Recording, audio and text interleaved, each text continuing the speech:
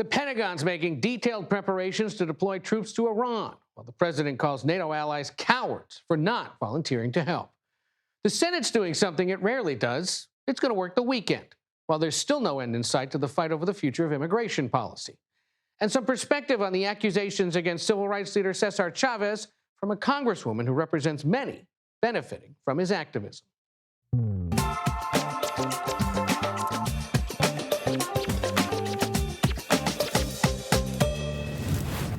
Hello and happy Friday. I'm Ed O'Keefe in for Major Garrett, who's enjoying some well-earned time off. Welcome to the Takeout. We got yet another indication today the war in Iran isn't ending anytime soon. Pentagon officials have made detailed preparations for deploying U.S. ground forces into Iran. Multiple sources briefed on the discussions tell CBS News senior military commanders have submitted specific requests aimed at preparing for such an option. All of this shows yet again the Pentagon continues to expand military options available to the president, even if he publicly declined to discuss next steps. No, I'm not putting troops anywhere. If I were, I certainly wouldn't tell you. Whatever options the president's considering, we know this. Thousands of Marines are en route to the Middle East. 3 warships and about 2,200 Marines from an expeditionary unit left California this week, the second such Marine unit sent towards the region since the war began. Those are signals the war isn't ending soon. There's also what the president said just a short time ago on his way down to Florida. I don't want to do a ceasefire. You know, you don't do a ceasefire when you're literally obliterating the other side. So we begin tonight with CBS's Charlie D'Agata, who is once again in Tel Aviv for us tonight. Charlie, good to see you. What more do we know about the administration preparing for the potential deployment of ground troops? Yeah, good evening, Ed, or good afternoon, Ed, for you. So as you said, sources told CBS News tonight, or this afternoon, the Pentagon officials, this is where the preparation comes in, the planning comes in for preparing to deploy ground forces. Senior military commanders have made specific requests aimed at preparing for that option should President Trump decide to do so. As you said, there's another 2,200 Marines that have already set sail from California. So they're on board the USS Boxer amphibious ship that I confirmed today. They're already on the way here, already on the way from the South Pacific with another 2,200 Marines on board is the Tripoli amphibious from the South Pacific. Technically, they qualify as ground troops if that is what's decided. But in addition, and this is important, they're also preparing the 82nd Airborne Division. Okay, so these are combat-ready troops. Where? We've already discussed Harg Island, that military oil hub that was bombed by the United States a few days ago. Securing that island would give some leverage, a toehold, in trying to break Iran's stranglehold of the Strait of Hormuz. But that's just one of several military options that commanders might be considering. And we're talking about 2 weeks before either of those, the Marine contingents get here or the soldiers are in a position to attempt any kind of meaningful ground invasion, if you want to call it that, of any description. And as you said, when asked about that, White House spokesperson Caroline Leavitt said, the president said himself, he's not planning to send ground troops anywhere at this time. Right. Now, there was this threat today from Iran regarding tourist sites and parks across the globe. What do we know about that? Yeah. You know, it's not much more than the statement, that line that you just read, because it was only one line by the Iran's Islamic Revolutionary Guards, that in addition to attacking sites across the UAE, oil and gas infrastructure, which they continue to do, going after another oil facility in Kuwait, you know, apartment blocks and airports. They told Iran's state newspaper that Iran will target parks, recreation, and tourist destination of its enemies. So this is kind of like a blanket threat, and we have seen it. You know, Iran had made these threats before the United States and Israel attacked anyway, that they were going after any kind of U.S. allies in this region, any kind of the bases. And I think it took a lot of people by surprise a few weeks ago when we saw apartment blocks and tourist sites that were attacked across the UAE and Dubai.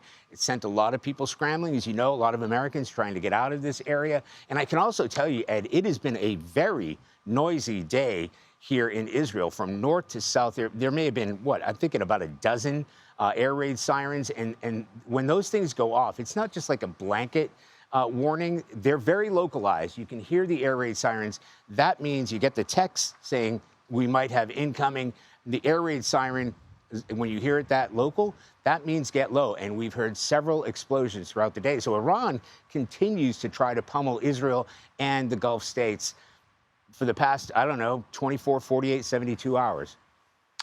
Well, stay safe to you and our crew there as this enters its third week. Charlie Daggett, as always, from Tel Aviv Tonight, we thank you for that.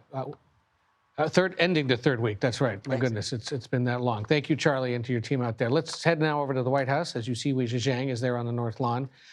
What do we make of the president today, once again calling out NATO, this time calling allies cowards for not engaging in what's underway there in the Middle East? Well, Ed, it's really interesting because this is, of course, related to the Strait of Hormuz, which he also called a simple military operation. But he continued to express his frustration that these allies are not assisting him because, on the one hand, while he said it was easy to reopen the strait, he also acknowledged that it takes a lot of resources. It takes a lot of ships to try to secure that area and deter the drones and unmanned surface missiles that might be firing at that strait, which is precisely why it is so dangerous. But more broadly, Ed, we did hear a lot from President Trump today as he was departing the White House, and he talked again about how the U.S. was ahead of schedule when it comes to achieving its goals in the war. And he talked at length about everything the U.S. military has done so far. Here's what he said. Their leaders are all gone. The next set of leaders are all gone. And the next set of leaders are mostly gone. And now nobody wants to be a leader over there anymore. We're having a hard time. We want to talk to them, and there's nobody to talk to. We have nobody to talk to. And you know what? We like it that way. I should mention, Ed, that was at an event earlier in the day, but we did just hear extensively from the president before he left for Florida. And his main takeaway was, once again, that the U.S. was doing extraordinarily well, that they were ahead of schedule. But, of course, that begs the question, Ed, what more has to be done before the U.S. gets out of this thing? And if there is nobody to talk to, then how does this resolve itself if at some point you may need to talk to someone in Iran and say, either where does this go next or whatnot? And obviously they are struggling to sort that out. I am curious, as we end the third week, enter the fourth week of this conflict, the biggest effect we've seen here at home so far, as often happens when there's conflict in the Middle East, is the big uptick in gas prices. We're in the middle of spring break now. People will be renting cars and paying for gas. They're paying for it when they go around doing things. The president, the vice president, Republicans on the ballot this November have been asked about this week. How are they tracking this at the White House right now? How concerned are they about the immediate pocketbook effects of all this on Americans? Well, the president's public message is that it was actually a lot better than I thought it was. He has said now 2 days in a row, Ed, that these prices, that the economy, the impact of the war could have been a lot worse. So he's trying to downplay the prices of oil and the prices of gas. But I will say that hearing from other administration officials and seeing their potential actions paints a different picture. We just heard from the Treasury Secretary yesterday that the U.S. is considering unsanctioning Iranian oil and also considering tapping once again into the strategic petroleum reserves because they are well aware, Ed, of what you just laid out, that many Americans, while they might support the president's effort here, are also trying to deal with the financial pain at the gas pumps. To be continued. Wei Zhejiang at the White House, as always. Good to see you. Have a good weekend. Retired four-star General Joseph Votel joins me now. He also served as commander of U.S. Central Command. Sir, thank you for being with us. I'm curious for your assessment of the president potentially now considering deploying troops there into Iran and these plans that have been put together by the Pentagon. Yeah, thanks, Ed. It's good to be with you. Well, I think what's happening is, as pointed out earlier in the show here, is that the military is trying to provide the commander in chief with the most options available. We've seen a buildup over a number of weeks here. We've certainly seen our air and maritime forces leveraging their capabilities, and what the president is doing now, what the military is doing now for the president is providing it additional options in the form of these ground forces, Marine expeditionary units, two that you talked about, and of course, Army forces as well, to maintain a high level of readiness that can respond to situations like this. So I think at this point, we're trying to provide the commander-in-chief the most options for resolving the conflict. Not necessarily selling them hard, but at least giving him the information as he decides with what to do. I guess I'm also curious then, we mentioned the president once again has called NATO allies cowards for not engaging in this. Is this a situation where NATO would even have a legitimate role to play, given that this was an offensive military operation, at least literally, or from a launch standpoint, and is nowhere near the North Atlantic, which is where that treaty organization obviously is rooted? Well, on the surface, it would seem the connection there would seem to be a little bit difficult to make between NATO and what's going on here. I don't know if the president is referring to European allies who also happen to be members of NATO or not. But nonetheless, it's hard to make that connection. That said, I won't comment too much on the president's remarks about NATO partners. My own experience, of course, working with NATO partners extensively in the Middle East and other places was always very favorable, and they brought great capabilities to our forces. And do they possess something individually, whether it's the Brits, the Germans, or someone else? Minesweepers, I suppose, is the most urgent one. But is there something else they possess in terms of equipment or skill that would really lend itself well to this situation? Yeah, I would say that each of our NATO partners, our partners across the board, all have some unique capabilities that they develop. You mentioned one, their minesweeping capability, but some of our partners have advanced intelligence capabilities that would augment ours as well. And of course, we're going to need a lot of destroyers for this, so they have vessels, destroyers that could be integrated into this. So yes, they have capabilities that can certainly be integrated into these operations, which would be valuable particularly if it's a sustained operation that we have to conduct over a longer period of time. And quickly, how do you assess the president's remarks about Iran having Russian and Chinese military equipment?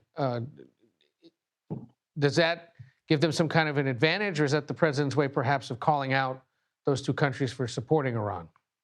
Well, there's no surprise there. I mean, it's very clear that there are closer military relationships between Iran and China and Russia, so we shouldn't be surprised by that. But I think the president is perhaps trying to call out those nations for their support to Iran, and maybe highlighting the performance of some of that equipment against as it now is being used against what is I think arguably superior American equipment in terms of this. So I don't know exactly what he's trying to imply there. That's what I would kind of take away from it. All righty. Retired General Joseph Votel, thank you so much for joining us from Hagerstown, Maryland tonight. We appreciate it. Thank you. Bye-bye. So we're closing out 3 weeks of war, and we're now 35 days into the partial government shutdown. It's now tied with the second longest lapse in funding in history. The Senate again failed today to pass a measure that would fund the Department of Homeland Security. Senate Majority Leader John Thune said today border czar Tom Homan will be back on Capitol Hill tonight to continue funding talks with Democrats and Republicans. Lawmakers are expected to stay through the weekend to try and move closer to a deal. CBS News congressional reporter Torian Small joins me now from Capitol Hill. Torian, what do we know? Tom Homan, I recall, I was on Face the Nation last month. He said, I'm not involved in those negotiations. Suddenly this week, this is his second visit to the Hill, and things only seem to move when he shows up. What do we anticipate? Yeah, well, Ed, I could tell you that lawmakers aren't necessarily framing this as negotiations. They're saying it's conversations. We heard that from Senator Cortez Masto of Nevada earlier. She said that she's optimistic about the fact that the White House wants to continue these conversations, especially it's been stymied over the past couple of weeks, counterproposal to counterproposal between Senate Democrats and the Trump administration that really have gone nowhere. But at this point, it's kind of a listening session. What we've heard from Senator Katie Britt, a Republican, she said that he's just been laying out these options or what ICE and CBP reform could look like. Again, they weren't necessarily classifying this as negotiations. Senator Hoeven of North Dakota said that he believes that this could be an inflection point. However, both sides are still very far apart on a resolution. What he's hoping and what Republican leadership is hoping is that these woes that we're seeing at TSA, these longer lines, these mass sick-offs and call-outs and resignations we're seeing among TSA agents could be a pressure point for Democrats as they have to face another floor vote on voting against DHS. And Ed, as you know, Democrats are saying, let's deal with the ICE and CBP issue separately. Let's vote to pass funding for TSA, for FEMA, for Coast Guards. But Republicans are saying we're going to keep this coupled. There's no way that we're going to allow this to go through without fully funding DHS. All right. You'll be tracking it. Torian Small from Capitol Hill, thank you so much. Still to come, New Mexico Democratic Congresswoman Teresa Fernandez. We discussed the partial shutdown, the allegations against Cesar Chavez, and more. Also, former hostages held by Iran sat down with Face the Nation's Margaret Brennan. She joins us with a preview of that conversation and a closely watched Senate Democratic primary up in Maine. Our political panel will weigh in on the state of that race following an endorsement made by Senator Elizabeth Warren and why that matters. The Takeout returns in 90 seconds.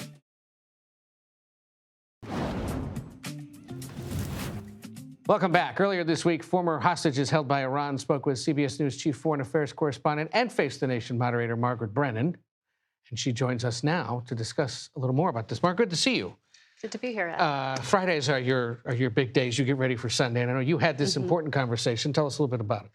We did. We spoke with two of the detainees who were wrongfully held by Iran for some time. Siamak Namazi, the longest held American in Iran ever, and Imad Shargi. And they came out together for their first joint interview because they wanted to advocate for those who are still behind bars in Iran right now who are American. We have not heard a lot about them. There are somewhere between 4, maybe 6 Americans detained in Iran right now. 2 of them have been designated wrongfully detained, which is a legal designation after the State Department essentially comes to the conclusion that the only reason they're being held is because of that blue passport, that American passport, and that the government is holding them as possible leverage for something. And they wanted to speak out so that Americans know Reza Valezadeh, and a journalist, and Kamran Hekmati, a 61-year-old man, are being held right now. And take a listen to what they said. What are you concerned about in terms of the Americans and their status right now? I think this is as dangerous a time as it can be for our detainees in Iran. They are stuck between a cruel regime that is using them as a pawn in their horrible game of hostage diplomacy and a war that they cannot control. In the 12-day war, Israel bombed Evin prison around noon. I think they dropped about 7 bombs, and bombs don't distinguish between inmates and guards. And so they have a real worry. Emad pointed out correctly that as soon as the situation in the country becomes securitized, it becomes much more securitized within the prison. I am less worried about the inmates.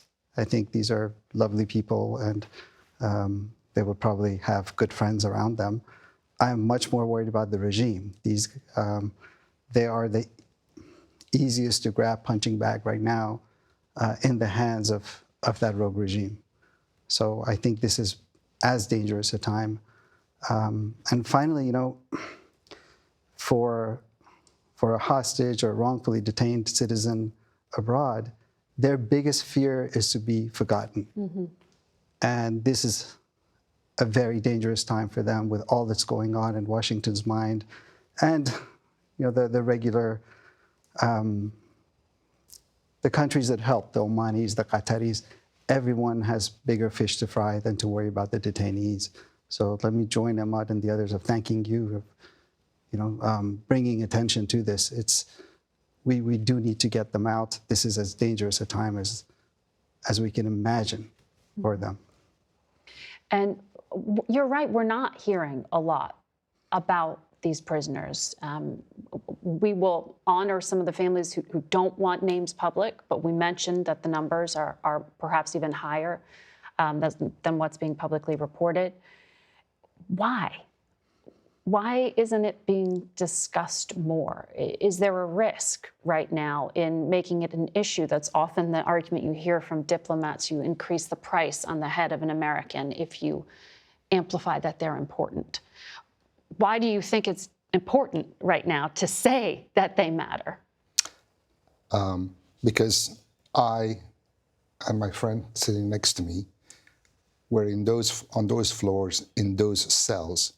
We understand what it means when people in your country know about you, that your case is important enough for people in the State Department to talk about. It gives you hope. Mm-hmm. You go to bed a little easier, you wake up a little lighter. You know there is a light at the end of the tunnel. The worst thing that can happen to you is that nobody talks about you. That is a horrible feeling. You really feel lost in the universe. And we don't want those Americans to feel lost in the universe right now. We just don't know what's being done to get them out. We know right before the bombing began, Secretary of State Marco Rubio did, for the very first time, designate Iran as a state sponsor of wrongful detention. It's a new tool he has. Congress helped provide to the State Department. And Kamran Hekmati just this past week was given legal designation as well. So it gives their families more tools to fight. But they need to get to the other side of this conflict, and they're worried about it. Mr. Namazi's point about how the Qataris and the Omanis have bigger fish to fry right now because they're getting bombed as well means that this falls down the list of priorities potentially as long as this continues. Potentially, and for any American inside Iran right now, you know, the U.S. doesn't have diplomatic relations. Right. We don't have an embassy.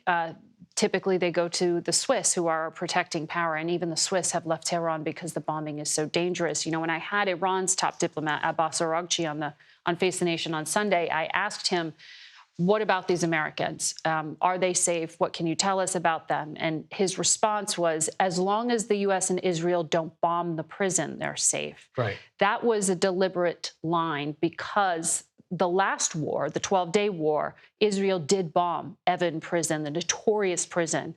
And so there is concern now, of course, when you talk about who's in there, as we heard from Ahmad and from Siamak, this is not just street criminals. The political opposition that the United States and Israel are calling for to rise up, many of them are in that prison, right, along with other foreigners. And so what happens to the people inside could be hugely consequential, even those who don't have that blue passport. And as far as we know, those prisons haven't been bombed, haven't been attacked in any demonstrable way. They are worried, the former prisoners, about what could happen inside, as they shared. For someone who just heard that their village was bombed and you are the closest American they can get their hands on, you know, there's fear of retaliation. There's all sorts of concern. Well, Margaret Brennan, thank you for bringing that to us. Thank you for keeping attention on it, of course, as I know those families are grateful as well. And thank you to Camilla Schick for producing this. Yes, Camilla, among those who've worked so hard on these issues for CBS News through the years. Now, you can see much more of Margaret's discussion with the prisoners and those other advocates on Face the Nation this Sunday at 10:30 a.m. Eastern on the CBS television network. The full taping will be available on YouTube and facethenation.com. Coming up, the fallout from the sexual abuse allegations against civil rights leader Cesar Chavez. We'll get reaction from New Mexico Democratic Congresswoman Teresa Fernandez. You're watching The Takeout.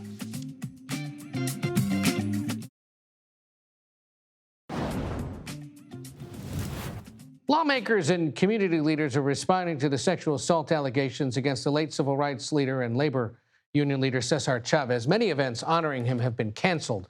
And California is set to rename Cesar Chavez Day, which is held every March 31st, to Farm Workers Day. They've still got to pass the legislation, but that is their plan. New Mexico Democratic Congresswoman Teresa Ledger Fernandez joins us now. Congresswoman, thank you so much for being with us. You represent sort of the northeastern part of your rough square state. I know it's a very Hispanic district, Native American, a lot of working class constituents. So obviously, this is a story that resonates, given the work that Chavez and the United Farm Workers did and continue to do in that part of the country. I'm curious for your reaction to what we've learned in the last few days and what to do now about how he is honored going forward. Thank you, Ed, for having me. And yes, my district is very large. I also am proud to say that Dolores Huerta is from my district. Yeah. She was born in Dawson, which was a coal mining town. So I do a lot of work with Dolores. I think what was key is that when we heard the allegations, when we heard the fact that and read and spoke with the people involved in the foundation, the family, Dolores Huerta's family, we realized that these were serious and that we weren't going to whitewash what he had done. We were going to acknowledge it and say this is not acceptable, but also recognize that this movement for farm workers' rights was not just Cesar Chavez. It was many, many different people, including Dolores Huerta. It was different farm workers' organizations across the Southwest. And so that we needed to both stand with the survivors, believe the women, believe those who have been abused, but also recognize the importance of the farm workers movement, as well as the way that movement was important for Latinos as a community and for the union work community and for workers across the country. Yeah, and to your point about whitewashing, we have seen muralists this week literally start to whitewash him off the walls of schools and parks and libraries and community centers. I just, and to your point, we believe and we respect the accused and those that were abused and have decided to speak out. I'm struck, I don't know if you are, about how quickly the reaction has been to this and how swift the denunciation and the fact that, as you said, there's no disputing it, right? It happened. It is terrible. Changes have been made. But he is almost being written out of the story quite quickly. Well, I think we are also in a moment in history where we are recognizing that these kinds of abuses, when you cannot abuse and discard women. And Yeah. I am the chair of the Democratic Women's Caucus. And so I work a lot with regards to sexual violence. I have a bill of mine that would remove the statute of limitations for cases against predators and abusers, because right now it's a 10-year statute of limitation. Chuck Schumer and I have a bill to do that, and it stems out of the Epstein survivors. So we are in a moment now where I think that the country is recognizing that this is not acceptable. And you can see the difference of we are not hiding anything. We are recognizing what's happening. And we say the right answer is to stand with the women, highlight the movement, highlight what he worked on and what he was famous for and adored for, and then distance ourselves from, as Dolores herself said, from the evil that was also in that man. There is, of course, big work before you in Congress. Most urgently for many, of course, is the situation with the Department of Homeland Security. The Senate tried and failed again today to try to fund the department. You've seen the long lines at airports as people are trying to get processed by TSA officers who either are on the job in fewer numbers or aren't showing up on the job. How does this get resolved? What does the administration have to do to come close to the Democrats? What do Democrats need to do to come closer to the White House to reach some kind of an agreement? I think that the demands that the Democrats are making are that the ICE and CBP follow the same kind of requirements as all other law enforcement, and that they don't wear masks, that they don't abuse, they don't deport and terrorize citizens. They don't detain citizens. They don't break down doors without a warrant. These are things that every law enforcement agency across our country does. Now, what we were seeing is in the House, they're doubling down. I sit on the Rules Committee, and when I get back on Tuesday, the Republicans will be putting forth yet another DHS funding bill, which is exactly like the last DH funding bill, but they gave it a new name. And so this will be the third time that we vote on the same DHS funding bill, knowing that's not going to get past the Senate. What Democrats have done is we have a petition, a discharge petition. For those who don't know what a discharge petition is, these things that I actually also learned when I got to Congress. It is a way of forcing a vote on a bill that the speaker refuses to put on the floor. And that bill would fund FEMA, it would fund TSA, it would fund the Coast Guard. There is no disagreement on funding those aspects. When I managed the last bill on the floor of the House, the Republicans kept getting up and saying, we have enough funding for ICE and CBP. So if they have enough funding for that, let's fund the places where there is no disagreement. And then we can work out we can negotiate what kind of guardrails do we need to put on ICE. That's an easy thing to do. Easy to Democrats, but we'll see if Republicans ever go along with that, because they keep saying, no, it should be done in one big fell swoop, and the debate will obviously continue. Congresswoman, thank you so much for joining us. Have yourself a good weekend. We'll see you back here in Washington next week. We'll see if this gets any closer to a resolution. We appreciate it. Thank you very much, Ed. Coming up, warnings of an unfolding humanitarian crisis that could end up affecting 45 million people. I'll speak with someone from the World Food Program for what the organization's doing to help. You're watching The Takeout.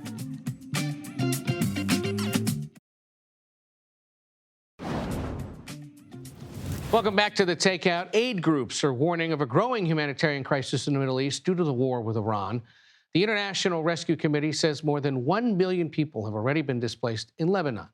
The World Food Program estimates more than 45 million people could face extreme food shortages if the war doesn't end by the middle of this year. Matthew Hollingworth joins us now. He's Assistant Executive Director for Operations at World Food Program.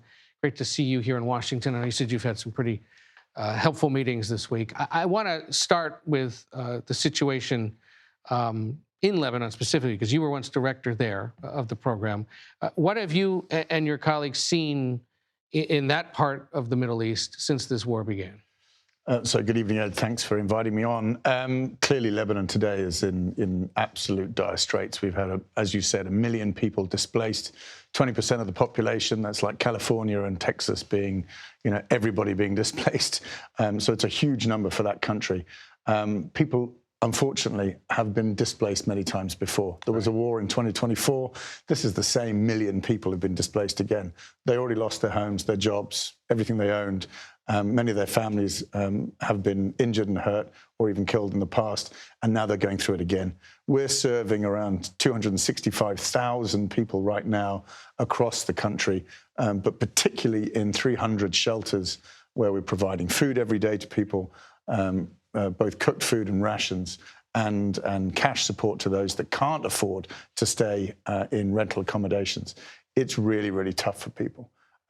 They're absolutely petrified that this will get worse. They're petrified that troops will come into their homes and their areas.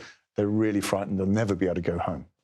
And on top of the vast logistical and financial costs of those kinds of operations, now we're seeing, of course, the increase in gas prices. Americans, of course, think about it as they fill up the pump here. But what on earth does the increase of gas prices do to humanitarian work, especially in the Middle East, the work you do in Africa and across Europe? As you said, we are warning that 45 million people could be added to what is already an unmanageable number, 318 million people who face severe acute food insecurity today if the high fuel prices continue through June. Why? Because that has a ripple effect on everything. High fuel costs is high food costs. And so we are facing a food access crisis. People will simply not be able to afford to put food on the table, certainly not 2 times a day.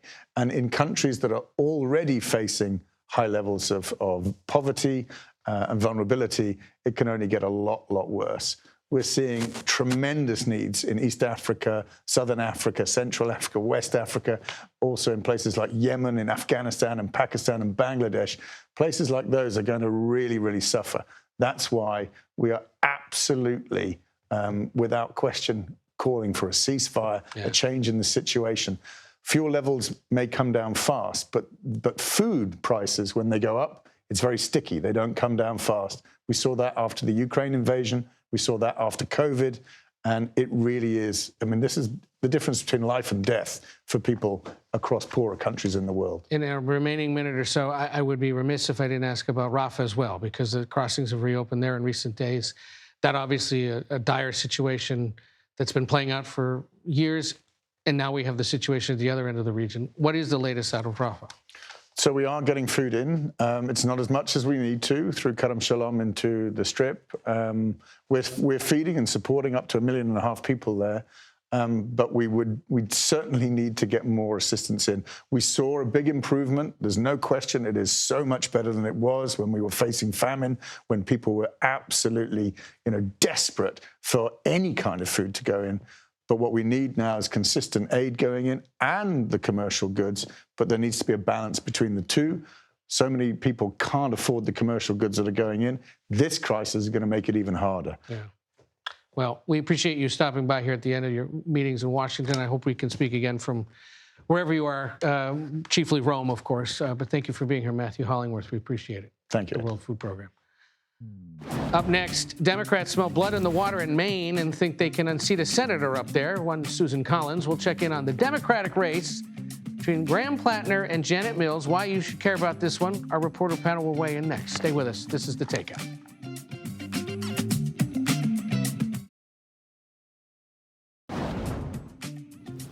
Welcome back to The Takeout. Here's a few other things we're keeping our eyes on tonight.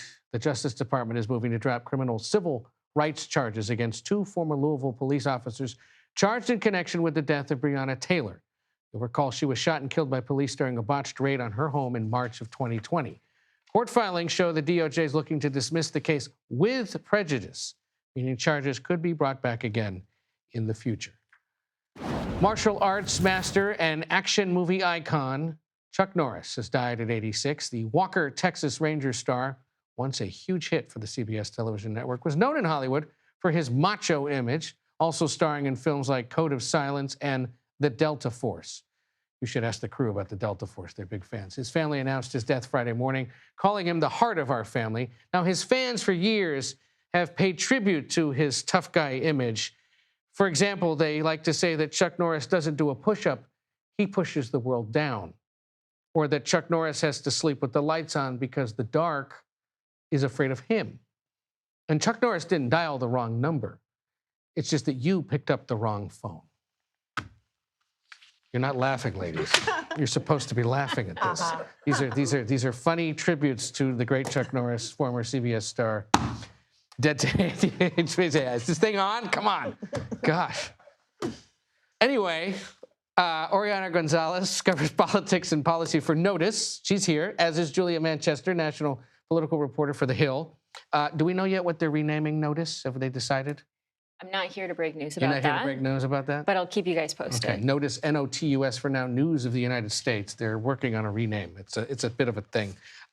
Both of you, good to see you. We mentioned earlier that Congress is, at least part of it, the Senate is staying in town this weekend. And it's the Senate that's been dealing with the Save America Act, which, of course, is a big priority for the president and for many Republicans. Do we have a sense, Oriana, of how much pressure Republicans especially are getting from the president to vote for this, when there are at least a handful of them who know that it's not worth supporting because it'll never pass? Oh, I mean, I just actually talked to a senior White House official right before this. And which is why I asked you. Thank you. And what they were saying was essentially this is his #1 priority right now, and this is what Republicans need to be focused on. Whether it passes, that's the question. I was hearing a couple of senators this week talking about that, and to be quite honest, the numbers are just not there. I mean, even if every single Senate Republican ends up voting for it, it's still not going to get the necessary support that it needs in order to move forward. 60 votes to advance, right? Precisely. Yeah. And it's unclear what happens with that. There's this whole conversation about the quote-unquote talking filibuster. Yep. But even then, Senate Republicans are doubting that move. So even with all the pressure that Trump and the White House is putting on them, doesn't seem to be making it that far. And so we'll see how that plays out and what the president responds or how he responds to it after the fact, because then comes a very far more critical, perhaps, or certainly constitutional element of what Congress does, and that is paying for military action. And we now hear as much as $200 billion potentially is what they're going to be asking for in what they call a supplemental or extra spending request to pay for the war. How's that being received up on Capitol Hill? Look, I think Republicans generally are in favor of it, but it's really going to get down to the fine print. And Mike Johnson is going to have have a united GOP front on this, because we know that Democrats are going to vote against this. The question for most of them, yes. The question for Mike Johnson is, though, how does he unite the fiscal hawks who might have questions about this, and the process that comes behind it? We don't know if it's officially going to be $200 billion, but it seems like the White House is very much, or the Pentagon at least, is signaling that. But I found it interesting, just before we came and sat down, the president posted on Truth Social that the U.S. was getting very close to meeting its objectives and whether he's going to consider winding down military action. We're getting so many mixed messages from the administration on this, because we know that there are at least 2,200 Marines and sailors that are being shipped from San Diego to the Middle East. So the big question is, and that it'll take them at least a month to get to the Middle East or that region. So the big question is, what happens in the meantime? Where does the money go? Yeah. I'm old enough to remember a few years ago when they asked for money for Ukraine, it was always done in installments. So the idea that they would ask for it all up front is definitely a departure. And who was it that caused the installment debate? But the Republicans who said, well, we don't want to pay that much up front. And now look where we are. So we'll see how that goes. The fight to actually win a seat in the Senate, of course, is underway this year. It is an even-numbered year. And up in Maine, yet another Democrat has weighed in, this time Senator Elizabeth Warren endorsing Graham Plattner in that Democratic primary. His opponent, the Governor Janet Mills, recently released this ad against him, however, targeting old posts that he had made online. Take a look. Did you know Graham Plattner wrote that women worried about rape need to, quote, not get so up they wind up having sex with someone they don't mean to. It's disgusting. Plattner wrote to avoid rape, women should, quote, act like an adult for sake. Graham Plattner, seriously. Plattner has apologized for those past comments. That he can say something like that and still earn endorsements from more progressive members of the Democratic caucus is telling. But I'm just curious, beyond that, where's the Democratic Party on this? Where are Republicans on this race? Well, go ahead. Well, I was going to say, first of all, the Elizabeth Warren endorsement came at a perfect time in that case. It was funny now thinking about Plattner a few months ago. He wasn't exactly a candidate that people were taking seriously. No, exactly. But now he has Warren, he has Sanders, he has Ruben Gallego, who was a progressive, moved more moderate, so it's important to note that. He has Ro Khanna. This is someone that they need to take very seriously. I think it was a poll from the University of New Hampshire last month that actually found him not just only ahead of Janet Mills, who's Schumer's pick for this, but also ahead of Susan Collins. Yeah. So everybody's really paying attention to this. It's maybe the Democratic primary that's getting the most eyeballs, I would say. Yeah, I also think it's notable that Graham Plattner, I think, outraised Janet Mills this quarter. And look, it's emblematic, I think, of the divide within the Democratic Party of a progressive Elizabeth Warren versus Chuck Schumer in this race. March is what we're in right now. November's still a long ways away, but the fact that we're seeing so much activity already is telling of what we have facing us come the fall. Oriana Gonzalez, Julia Manchester, thank you both for being here. That does it for the Takeout for today and for this week. I'll see you again on Monday as Major continues his vacation. But stay tuned, because the Daily Report is coming up next.